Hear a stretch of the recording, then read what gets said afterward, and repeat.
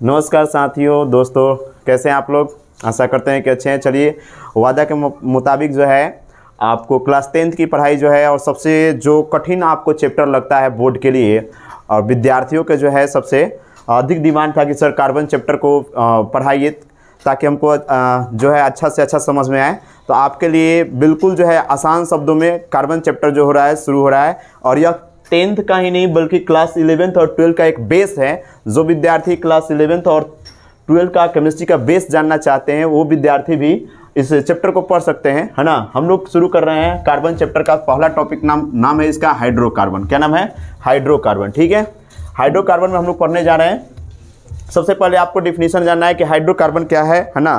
तो हाइड्रोकार्बन देखिए यहाँ पर डिफिनीशन लिखा हुआ है कि ऐसे यौगिक जिसमें मुख्यतः हाइड्रोजन और कार्बन उपस्थित होते हैं उसे हम लोग क्या कहते हैं? हाइड्रोकार्बन यौगिक कहते हैं। ठीक है, ऐसे यौगिक जिसमें मुख्यतः हाइड्रोजन और कार्बन क्या हो? उपस्थित हो। बिल्कुल आसान डेफिनेशन है, एक बार इसको ध्यान से पढ़ लीजिएगा, याद हो जाएगा। ठीक है, ऐसे यौगिक जिसमें मुख्यतः कौन कौन सा हो? या तो हाइड्रोजन हो और क्या हो? कार्बन हो। ये मुख्य रूप से किसी भी यौगिक में अगर शामिल होते हैं तो ऐसे यौगिक को हम लोग हाइड्रोकार्बन यौगिक कहते हैं। एग्जाम्पल के तौर पे देख लेंगे, यहाँ पे लिख देंगे C2H4 या फिर C2H6, है ना। ये सभी के सभी जो है किस प्रकार के यौगिक है? तो ये सभी के सभी जो है हाइड्रोकार्बनिक यौगिक है। ठीक है, इसके अलावा भी और भी एग्जाम्पल ले सकते हैं। C6H12O6, ये भी एक प्रकार का कौन सा यौगिक है? हाइड्रोकार्बनिक यौगिक है। हाइड्रोकार्बनिक यौगिक उस प्रकार के यौगिक को हम लोग कहते हैं जिसमें हाइड्रोजन और क्या हो? हाइड्रोजन और कार्बन उपस्थित हो, उसे हम लोग हाइड्रोकार्बन यौगिक कहते हैं। बिल्कुल आसान डेफिनेशन है।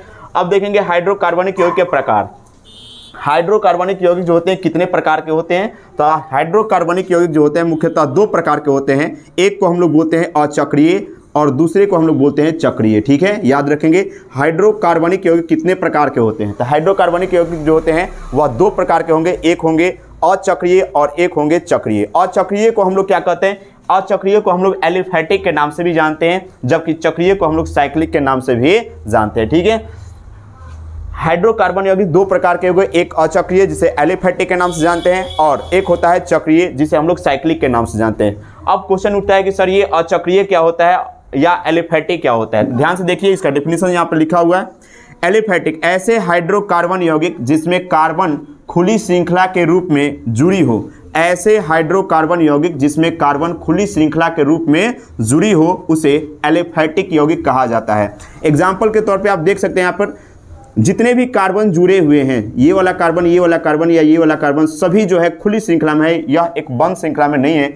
एग्जाम्पल के तौर पे और देख सकते हैं इसको, जैसे मान लेते हैं ये कार्बन हो गया, ये कार्बन इस कार्बन से जुड़ा हुआ है, ये कार्बन इस कार्बन से जुड़ा हुआ है, ये कार्बन, ये कहीं भी एक दूसरे से बंद अवस्था में नहीं है, ये बिल्कुल ही खुली अवस्था में जुड़ा हुआ है। तो इस प्रकार के कार्बन को हम लोग कौन सा बोलेंगे? कौन सा हाइड्रोकार्बन बोलेंगे? तो हम लोग बोलेंगे इसको एलिफैटिक। जहां भी आप ये देखिए कि अगर कार्बन जो है बंद श्रृंखला में नहीं है तो वह किस प्रकार का हाइड्रोकार्बन है? एलिफैटिक हाइड्रोकार्बन है। ठीक है, समझ में आ गया होगा। आशा करते हैं कि ये समझ में आ गया होगा। अगर नहीं समझ में आया तो वीडियो को फिर से आप देख लीजिए, दोबारा आसानी से समझ में आएगा। एलिफैटिक ऐसे यौगिक को कहते हैं, है ना, जिसमें कार्बन की जो श्रृंखलाएं होती है वह खुली रूप से होती है। जैसे वृक्ष होता है, वृक्ष की जो शाखाएं होती है खुली खुली रहती है, इसलिए उसी प्रकार से ये भी क्या होती है? खुली रहती है। ऐसे यौगिक को हम लोग क्या बोलेंगे? हाइड्रोकार्बन यौगिक कहेंगे। ठीक है, दूसरी बात यहां से देखेंगे हम लोग चक्रीय।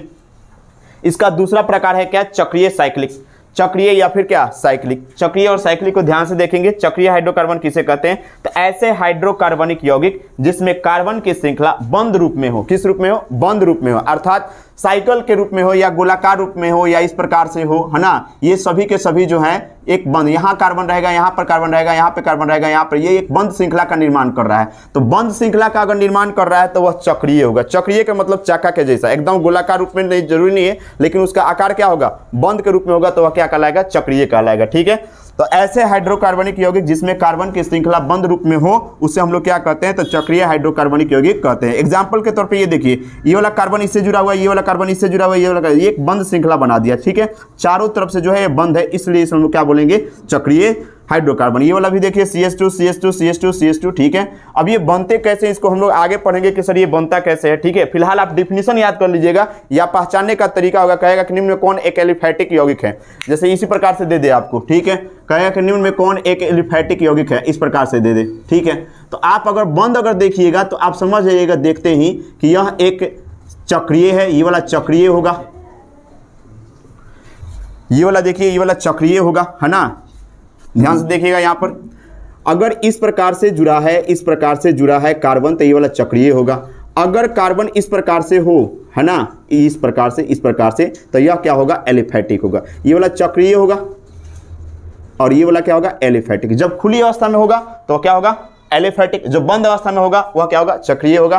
बस इसके आगे की बात, एलिफैटिक कितने प्रकार के होते हैं और चक्रीय कितने, हम लोग अगले वीडियो में देखेंगे। और वहां पे हम लोग सीखेंगे एल्केन क्या होते हैं, एल्कीन क्या होते हैं और एल्काइन क्या होते हैं। फिलहाल के लिए ये आप याद कर लेंगे, अचक्रीय और चक्रीय किसे कहते हैं, है ना। आशा करते हैं कि आपको अच्छा समझ में आ गया होगा। अगर जो भी इसमें बातें समझ में नहीं है, आप कमेंट बॉक्स में जाकर कमेंट कर दीजिए, ताकि हम उसमें और भी सुधार कर सके।